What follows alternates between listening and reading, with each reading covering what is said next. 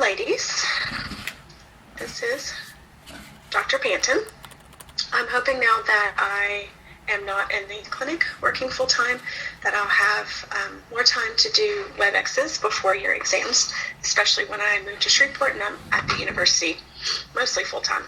So with that said, it is 7 o'clock in the morning. My children are due to wake up any minute because I am currently home, and my allergies are ferocious right now, so you're going to hear a lot of sniffing and probably sneezing and coughing. I'm sorry, but hopefully you will appreciate a little bit of guidance as to what to expect on this first test for your PMP2. If you've never viewed a WebEx before, it's pretty interesting. There's not going to be any video of myself talking per se, because like I said, it's 7 o'clock in the morning, and that's not anything any of us want to see. But I will share my desktop with you and go over the slides and just kind of hopefully point you in the right direction. Again, this is a tool. You still have to do the work. You still have to do the reading. I'm not going to tell you what the test questions are, but hopefully this will be of some value to you. So we're going to get started with the asthma slides, and we're going to do the CV slides. I'm not going to go over the eye information. It's basically a handout. Study that. Read it in your book. There's a handful of questions on that.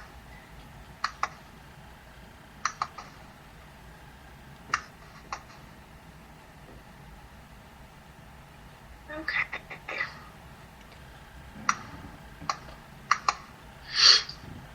All right. So the first thing we're going to talk about is cystic fibrosis. There is a lot of information in your book about that. The things that I want you to focus on are on this first slide. I want you to know a little bit of basic pathophysiology about both cystic fibrosis and asthma.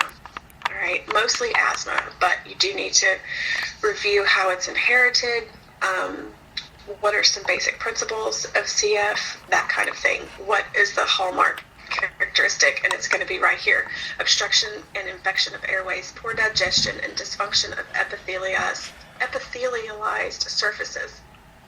So poor digestion, weight loss, chronic respiratory infections, that kind of thing. If you have a 10-year-old in your clinic and the parents are concerned about CF, however, they've never had a chest x-ray, never been in the hospital for respiratory kind of problems, and they're overweight, chances are they're not going to have cystic fibrosis. You guys have probably all seen CF patients. I know a couple personally, and they're usually thin, and they usually have signs of a chronic respiratory problem. So keep that in mind when you're seeing patients. Okay, so you need to know what the diagnostic tests are. Abnormal sweat test, sweat chloride test, is considered pretty gold standard, but there are a couple of other things. Keep in mind that the newborn screen is required in all 50 states now, I believe, for the detection of cystic fibrosis, but it doesn't capture every single case. So just because you have, 1-year-old who's failing to thrive, chronically respiratory issues, and normal newborn screen doesn't mean they don't have a genetic mutation of that. So keep that in the back of your mind. I need you to be aware of what all the different diagnostic tests. So what do CF patients look like? There you go. I'm not going to read that slide to you. All right. So this is a chest x-ray. Got off the internet, which is pretty interesting. Just see how junky that looks compared to a normal chest x-ray. So again, there's a handful of questions on CF. Let's go back there and make sure But the bulk of this first exam is going to be asthma. There is no way around it. You need to eat, breathe, and sleep asthma. You need to know it backwards and forwards. This is something you are going to treat all the time. I see it every day that I go to work, and it's a sick day, and even on my well visit days, I'm constantly seeing children with asthma, especially down in Leesville. So I'm not going to read through these slides, but again, you need to know the pathophysiology of asthma, everything about it, what it is, what it isn't. Okay, just review that. That's a lot of words, I realize. You need to be aware of the risk factors for asthma, what the triggers for asthma are, what does asthma look and sound like. So tachycardia, wheezing, prolonged expiratory phase. But this is going to be the main part of it, is how do you diagnose it? All right, so this chart is fabulous. You need to basically memorize this chart. Again, there's no way around it. And that's a little bit harder to read, but you should be able to copy and paste that link into your web browser and be able to see it. So you need to know, okay, a patient comes in with coughing times this many days, this many nights.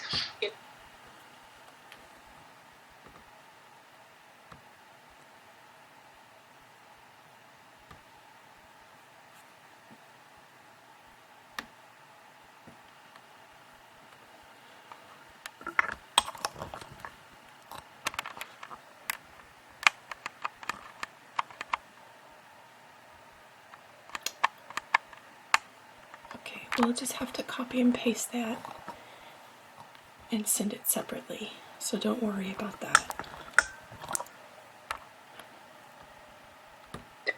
Harder to read, but you should be able to copy and paste that link into your web browser and be able to see it.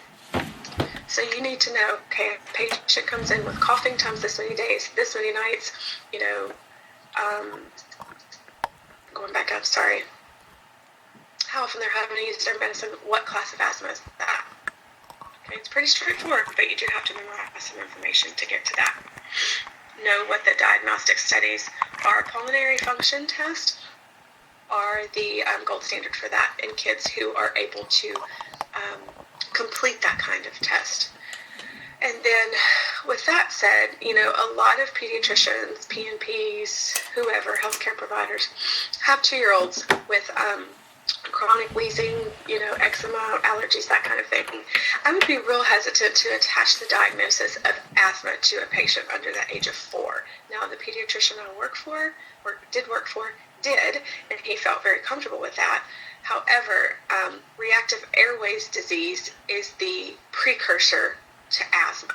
So if they have not officially been diagnosed or had official pulmonary function tests, then I try not to call it asthma. I try to call it reactive airway disease, and a lot of time kids and toddlers outgrow that, especially when they get out of daycare and they're not exposed to chronic viruses all the time.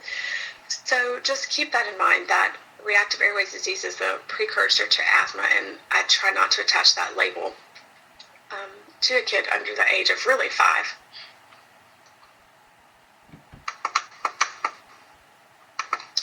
All right, so what is asthma management? Okay, let's see, we're going to go down. This is, I realize, kind of confusing. This also has a chart in those guidelines that I referenced earlier about the classification. It's like National Asthma Guidelines, and it's a 400-something page document. I don't want you to read it. I haven't read it. But the charts about classification and management are the main things that I want you to pull out of that. So what's the first step? Albuterol, or Xopenex, which Medicaid you have to fight for. Very difficult to get Xopenex paid for. I typically reserve Xopenex, which is albuterol, for heart patients. Say they have an arrhythmia or they have a heart defect, anything that would a contraindication to increase their heart rate. That's the kids I typically reserve Xopenex for, because albuterol doesn't have quite the tachycardia and jitteriness and that kind of thing that albuterol does. So just, you're not going to be tested on that, but just know that Xopenex is really good for heart babies. All right, this, again, you are going to have to just memorize it. What is a short-acting beta agonist? What is a low-dose inhaled corticosteroid? These are things you need to know the difference in. A 4-year-old coming in with wheezing, not currently on any medication, are you going to automatically bust out Flovent? No, you need to go by the steps. The less amount of medication for the less amount of time for the most effective coverage and treatment of these asthma kids. That's what you need to do. So always know what the steps are, what you bump it up to. You're going to be tested. There's several questions on this. But you need to do the work to learn what is a long-acting beta agonist, what is an inhaled corticosteroid, what is a leukotriene modifier, what is a short-acting. And you guys will see that enough and become familiar with that. Okay, one thing that I found sort of in your book, but I just know from my own practice, the long-acting beta agonist, okay? And I'll go ahead and tell you those. Those are the Dulera, those are Advair, those are those type of medications.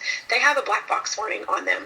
So use very, very cautiously in kids under 12. In fact, I typically don't prescribe that to kids under 12 unless they've seen a pulmonologist and the pulmonologist has said, yes, it's okay. Then I'll refill it, but very seldom do I prescribe a long-acting beta agonist initially for someone under 12. So be aware of that. And when you are prescribing that, even for the kids who are 12 and older, you need to let them know, hey, when you read this drug handout, whether anybody does or not, who knows, but when you pick it up from the pharmacy and you are reading over the information, just be aware that there's a black box warning on this. Okay. Tuberculosis. Again, you need to know what the risk factors are. What does it look like? How it's transmitted. I mean, again, you're going to just have to learn this stuff. You need to know the difference between late TB. There's a couple different categories of it. You need to know how to define one category versus the other category. You need to know the treatment, basically. But if you suspect someone has tuberculosis, you're going to refer them to infectious disease. Okay, Pertussis, another good one. This is an important statistic to know down here. Before vaccines, leading cause of death from a communicable disease in little kids. And even still in vaccinated kids, in newborns who have not been vaccinated yet. The statistics show that they typically get pertussis from a caregiver who is under-immunized. So hospitals and labor units are doing really good about vaccinating pregnant mothers or mothers who have just given birth because they know that the mother is likely to give the baby pertussis if the mother acquires pertussis. So I always ask at the 2-month visit, or I try, let me correct myself, I tried to ask at the 2-month visit, did the mom have, or the newborn visit initially, that would be the most optimal time, or a baby who's coming in with a cough under the age of 2 months, have you had your pertussis booster? For the mom and the caregivers and the dads and the family. So what is interesting about pertussis is, I've never heard the whooping cough per se, but there's a couple of videos online about it. YouTube has an interesting one of a baby who had it. But these little bitty ones don't have the whoop cough that we often associate whooping cough with, but they will have choking, gagging, they have difficulty feeding, they have apnea. This is the one I focus on with parents when they're bringing a 1-month-old for a cough. I try to tell them the difference between what normal, what's the word I'm looking for? Irregular breathing in a newborn. Pause. Pause. That's pretty normal. But if you have a pause that's 10 or 15 seconds and the baby's turning blue, then no, that's not a normal episode of irregular breathing in an infant. So make sure they know, especially the little ones, that you may not have this characteristic cough. They may just quit breathing and have difficulty feeding. If I don't suspect wheezing, reactive airways disease, I don't suspect reflux, I will almost always swab an under 2-month-old baby for pertussis, just as a CYA. I've never had one come back positive. I've probably swabbed over 50 babies in 2 years, but as some peace of mind, if they're coming in with a cough and difficulty feeding, and I really think it's not reflux, or say they've had a low-grade temp, or say their CBC has elevated white blood cell count with elevated lymphocytes, then yeah, you definitely need to swab them. So what's the treatment? There you go, hospitalized and macrolides, specifically azithromycin. I mean, even in a 2-week-old, the dose, I believe, is, 10 milligrams per kg once daily. I think the most recent guidelines say 7 days. I know that's what my pediatrician I work with says. You're not going to be tested on the number of days, but you definitely need to know what the treatment is. Okay.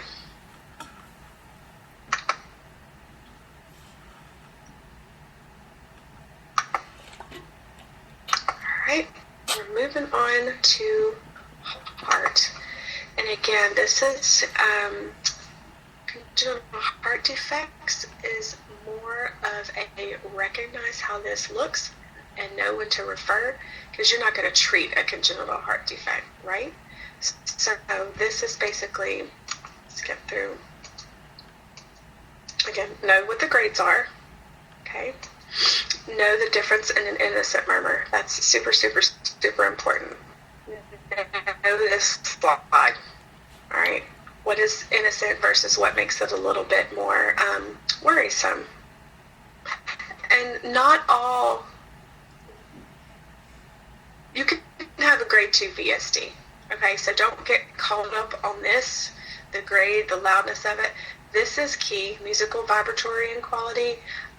This is key, harsh, quality, fixed, split, S2, that kind of stuff. Okay? The location of them, what makes them innocent versus pathologic, you need to know.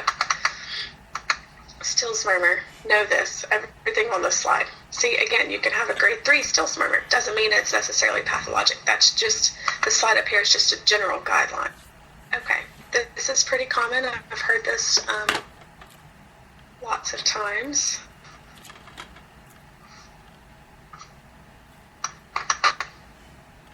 Okay, this one. The key to know about this is that it radiates to the axilla. There's nothing to do for it, just watch it. And I try to let the parents know when they have a murmur, even if it's innocent, because inevitably they take their kid to the ER, they're fevering, they're sick, the murmur is super loud, and the ER doc's, oh my gosh, do you know your kid has a murmur? Let's call cardiology. No, it's fine. It's an innocent murmur, or it's PPS, which is the other name for pulmonary flow murmur of infancy, is peripheral pulmonic stenosis, I believe. I'd have to look that up. I don't have that in front of me. Anyway, so just be cognizant. If you hear a murmur, you should always ask your pediatrician. I do. Anytime I hear a murmur that I don't think is a Still's murmur or innocent murmur, you need to have somebody listen behind you. And then reassurance if it's a normal murmur that, okay, they may have this, they're going to outgrow it, yada, yada, yada. Venous hum, again, one of those innocent ones. Now we get into the bulk of the heart defects. That's a pretty encouraging statistic, only less than 1%, okay, but you will see it. This is important to know. Acyanotic defects versus cyanotic versus obstructive. So again, I'm not going to read all these to you. What do you need to know? What does it sound like? What does an ASD? Where is it and what does it sound like? Same with this. Important thing to know about VSD, it's the most common one. My 8-year-old had one. He outgrew it by the time he was 3. But yeah, he didn't have a murmur until his 2-month well visit. And then we saw Dr. Jackson at LSU, and sure enough, his echo was a decent size VSD, which fortunately closed on its own. Okay, this is not one I've ever seen before. Well, that's not entirely true. I had a baby with Down syndrome who had this, but he had some other murmurs as well. It was a very interesting sounding murmur.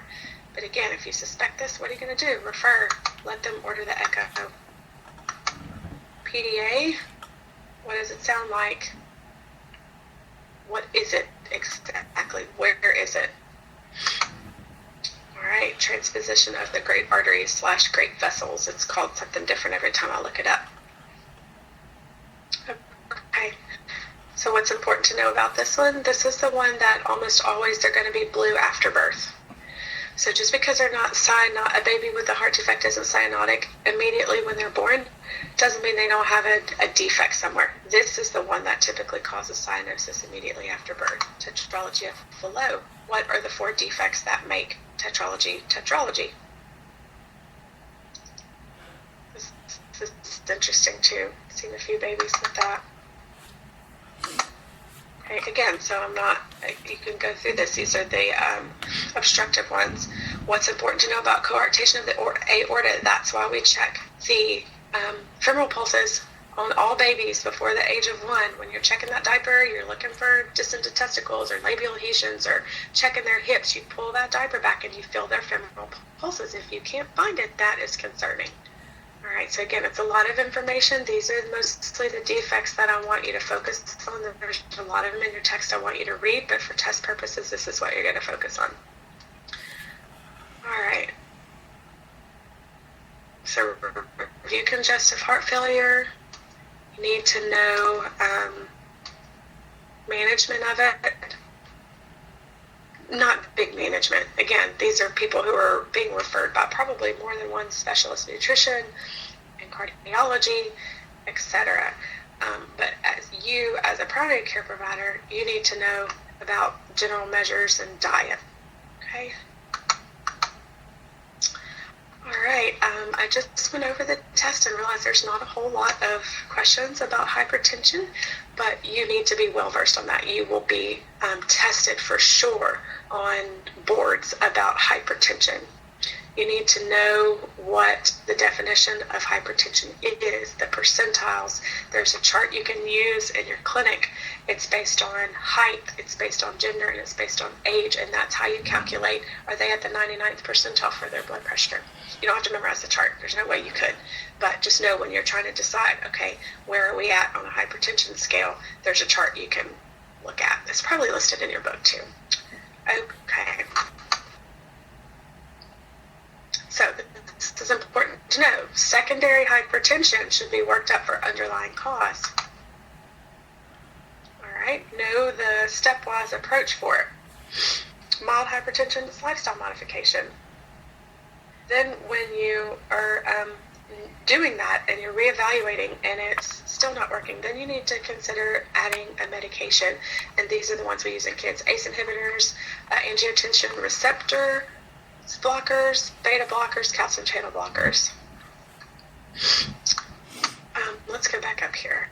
You need to read this little box down here.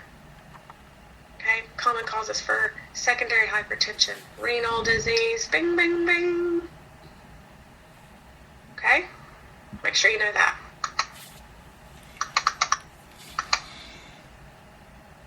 All right, so again, just know the basic classes of medication, being able to recognize, okay, so an ACE inhibitor probably ends with the letters PRIL, all right?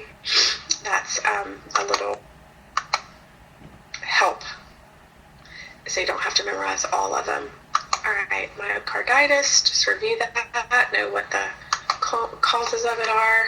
Rheumatic heart disease, again, what does it usually cause from? Strep, know what it looks like. Know the diagnostic criteria, arrhythmias. Don't have a whole lot of info on your test about these. Syncope, huge one. You need to know when you need to refer. Syncope on exertion is always a big deal. Okay, and you always, someone who has been out on the basketball court or football or gymnastics or running track and they faint, send them immediately to cardiology. Okay, I don't have chest pain in here for some reason. Oh yes, I do. I just skipped over it. Okay, chest pain. Let me go back up to that. Just know that the statistic right here, cardiac causes make up only 2% of cases. And the distinguishing factor is if they're sitting on their couch playing PlayStation and they're having chest pain, it's 99% not likely to be cardiac in nature. The most common is musculoskeletal or undiagnosed asthma or stress, but musculoskeletal for test purposes is the most common. Okay, well, I think that about sums it up.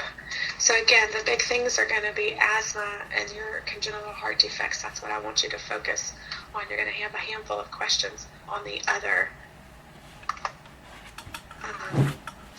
but a lot of it's on asthma, so make sure you have that memorized forwards and backwards. And I hope this helps. And I hope you guys do great on your test, and I'll be out of town, so call me on my cell phone or text me. I'll be in New York for the most of June if you have any questions. Okay? Good luck.